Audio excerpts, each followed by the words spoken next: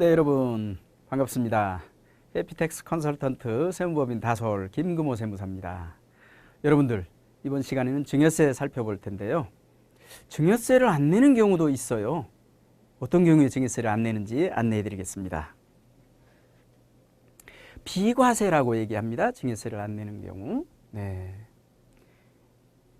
이재민 구호금품 이런 데 증여세 매기면 안 되겠죠. 네. 민법상 부양의무자 상호 간의 생활교육비로서 통상적인 금품. 자녀가 부모님께 생활비 드리고 부모님이 자녀에게 생활비를 줬다. 통상적인 금품은 세금을 안 매긴다라는 얘기예요. 통상적이라는 것이 어디까지냐? 예, 그것은 조금 이따 같이 또 설명을 드리겠습니다. 학자금, 장학금 이런 것들, 예. 기념, 축하금, 축의금, 부의금 등으로 통상 필요하다고 인정되는 금품. 혼수용품, 가사용품에 한하고 호화용이나 주택 차량은 안 된다. 축의금이에요, 축의금. 네. 축의금에 증여세를 안 매긴대요. 부의금에 증여세를 안 매겨요. 그러니까 아들 결혼할 때 축의금이 2억이 들어왔대요. 물론 본인이 그만큼 많이 하셨겠죠. 네. 그래서 그 2억을 아들 4억짜리 집 사는데 보태주고 싶어요. 증여세 낼까요? 안 낼까요? 축의금 증여세 안 낸다면서요. 축의금, 축하금, 부의금 증여세 안 낸다면서요. 네. 궁금하시죠? 여기에서 축의금 증여세를 안 내는 규정은 애식장에 축의금 접수대에 축의금 내기 위해서 다 줄 서 있어요. 네. 여기에서 계속 축의금 내잖아요. 계속 하면서 축의금 내잖아요. 이럴 때 증여세를 안 매긴다는 얘기예요. 축의금 다 받아서 가방에 모았더니 2억이더라. 그러니까 이 2억을 아들 집 사는데 보태주겠다, 이거 아니라는 거죠. 부의금을 빈소에서 개별적으로 낼 때 증여세 어떻게 매겨요? 그 증여세를 못 매기는 거죠. 이해되셨습니까? 축의금. 그런데 이렇게 했어도 축의금에 대해서 증여세 안 내야 되는 거 있어요. 왜? 아들 결혼시켰는데 축의금 2억 중에는 신랑을 보고 낸 축의금이 3천만 원 있어요. 그것은 당연히 신랑 자금이겠죠. 네, 신랑 자금이겠죠. 네. 나머지 1억 7천만 원은 아버지 결혼 비용으로 쓰시라고 다른 분들이 낸 거기 때문에 그걸 아들 집 사는데 주면 세금 낸다, 이런 얘기입니다. 집 사주면 안 된다, 차 사주면 안 된다, 그런 얘기예요. 집을 사주면 안 된다 그러니까 집을 전세 얻어주면 괜찮냐? 안 되는 거죠. 전세를 얻어주는데 부모가 전세를 얻어서 아들을 살게 해줬다. 그 전세 자금을 부모님 자금으로 하고 부모님 이름으로 전세 계약을 한 거죠. 아들한테 전세 자금을 증여한 건 아니죠. 예. 그런 경우에는 과연 부양 의무자 상호 간에 이게 생활비 이런 것으로 볼 것인가 하는 것은 개별 사안에 따라서 판단을 해야 될 것 같아요.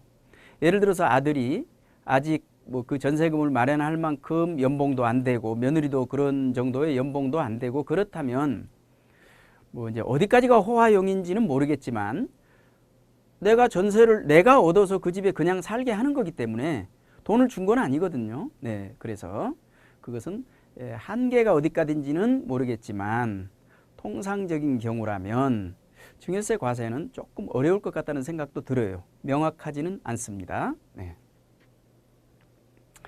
자, 부모가 부양 능력이 있어요. 그런데 손자가 공부를 잘해서 하버드 의대를 갔어요.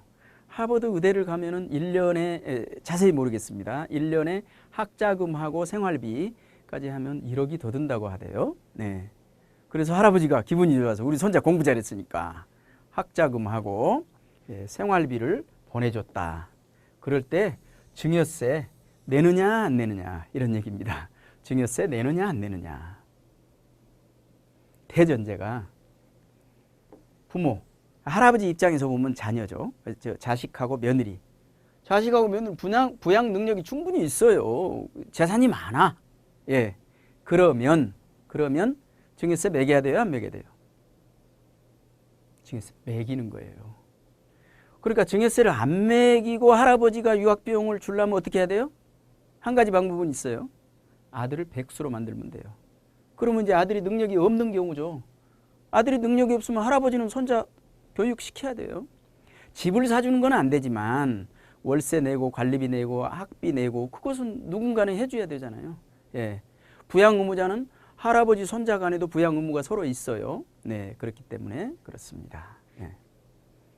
결혼 축의금은 모 국회의원께서 소송까지 했어요. 아까 그런 사례에서 대법원에서 존경하는 재판장님께서 그 돈 그거 쓰라고 하는 거 아니었어요.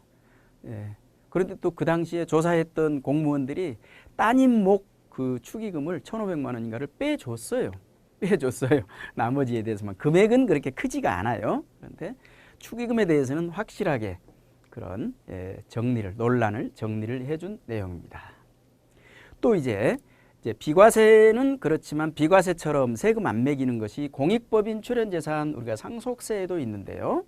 상속세에도 있는데 증여세도 마찬가지입니다.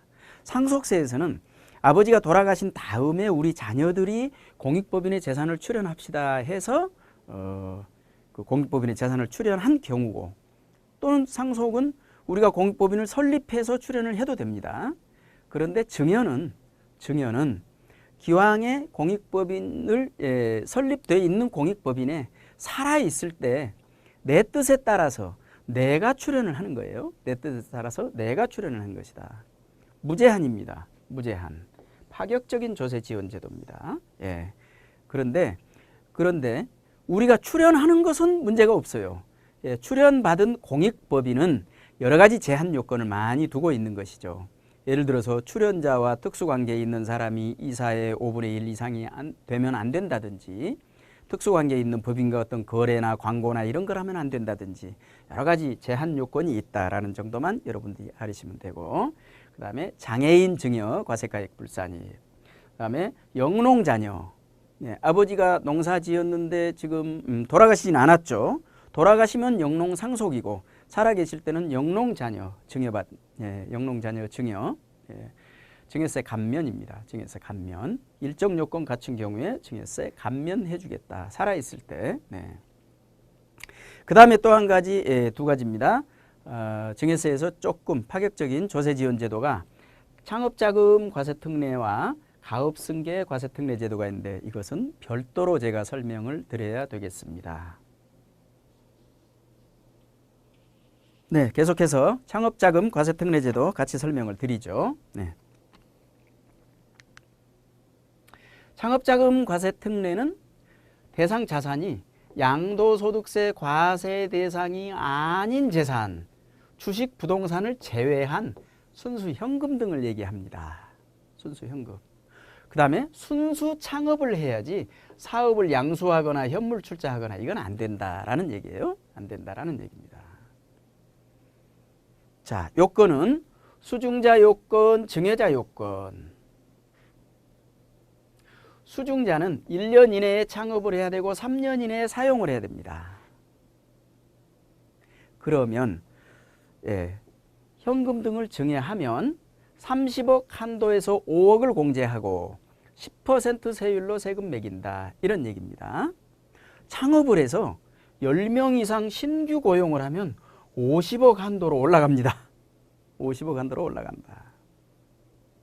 가업승계 특례와 중복 적용이 안 된다. 워낙 파격적이기 때문에.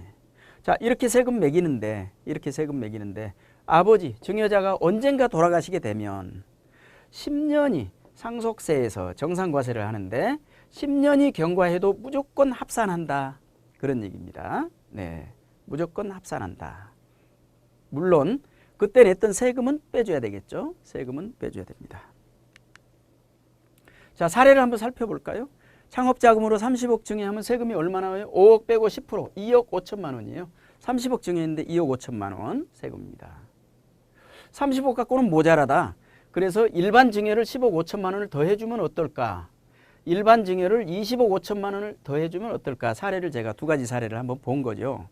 결론적으로 다 더하면 세금 4억 6천만 원, 세금 8억 2천만 원. 얼마 주는데요? 얼마 주는데? 40억 5천만 원 주면 4억 6천만 원. 얼마 주는데요?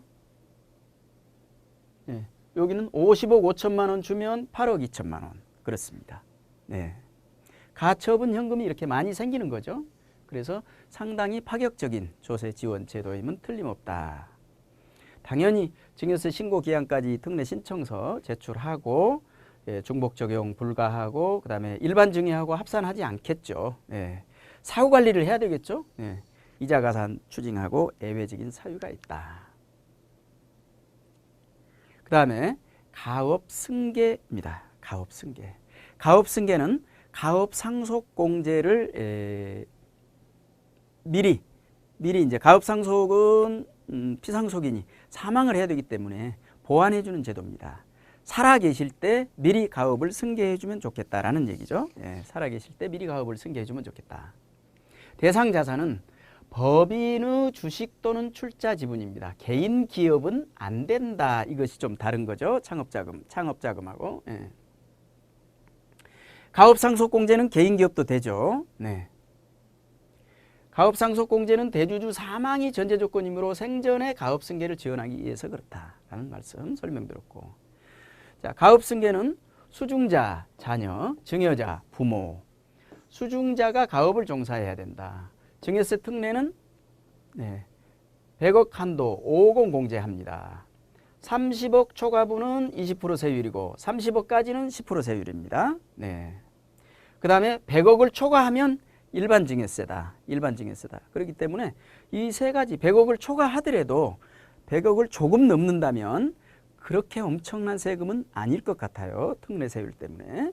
자, 상속세 정상과세는 창업자금과 마찬가지입니다. 10년 경과해도 무조건 가산하고 납부증여세는 전액 공제해주고 창업자금 특례와 중복 적용이 불가하다.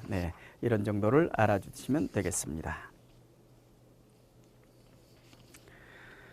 그 다음에 이제 가업승계와 관련해서 가업의 요건이 중요한데요. 가업의 요건. 가업은 중소기업, 중견기업이어야 된다. 업종 제한이 있겠죠, 당연히. 무슨 유흥업종이나 이런 과소비 업종 이런 것은 안 되는 겁니다. 주식입니다. 주식. 증여세 과세가액을 증여한 경우에 적용한다. 자, 증여자는 가업을, 위가업을 10년 이상 계속 실질 경영한 60세 이상 부모 또는 배우자, 이 요건이 다 해당돼야 되는 거죠. 그 다음에 특수관계자를 포함해서 10년 이상 계속해서 50% 이상 최대 주주가 돼야 된다. 상장 주식인 경우에는 30% 이상. 증여자가 사망하면 가업상속공제가 가능하다. 다시 가업상속공제로 돌아온다는 거죠. 수중자 요건입니다. 18세 이상 거주자, 자녀 또는 배우자여야 된다. 증여세 신고기한까지 가업에 종사해야 되고 증여일로부터 5년 이내에 대표이사 취임해야 되고 그 다음에 7년 이상 가업에 종사해야 된다. 여러 가지 요건이 있습니다. 수중자 한 사람에 대해서만 적용한다. 아들 2명한테는 안 된다. 이런 얘기입니다. 세액 계산은 창업자금과 마찬가지입니다. 5억 공제 후에 10%, 30억 초과분은 20% 세율 적용합니다. 100억 초과하면 일반 증여세율 적용한다고 했습니다. 신고세액 공제는 적용하지 않습니다. 창업자금도 마찬가지입니다. 가업 자산 상당액에는 업무무관 자산이 있으면 그 비율만큼은 제외하고 계산한다. 그런 얘기고요. 특례 신청서 제출하고 중복 적용이 불가능하다. 일반 증여와 합산하지 않는다. 사후관리 요건 위반하면 안 된다. 추징하고 이자 가산해서 추징한다. 사후관리입니다. 가업 승계, 신고기한까지 가업에 종사해야 되고 5년 이내에 대표이사 취임해야 된다. 그런데 정당한 사유가 있으면 또 추징을 안 하겠다라는 거죠. 수중자 사망, 당연히 그렇죠. 사망으로 상속인이 승계해서 가업에 종사하면 그렇습니다. 국가 등 증여, 병역, 질병, 취약 형편 종료 후에 가업에 종사하는 경우에 예외적인. 그 다음에 7년 이상 대표이사직을 유지해야 됩니다. 또 7년 이내에 폐업 또는 1년 이상 휴업하면 추징하겠다라는 얘기고요. 네. 수중자 지분이 감소해도 추징합니다. 7년 이내에 주식 처분하거나 7년 이내에 유상증자를 했는데 실권을 해서 지분이 감소하거나 7년 이내에 유상증자 시 특수관계자가 실권을 해서 지분이 감소하면 추징하겠다. 이자가산에서 그런 얘기입니다. 네, 지금까지 창업자금 가업승계까지 다 살펴봤습니다. 감사합니다.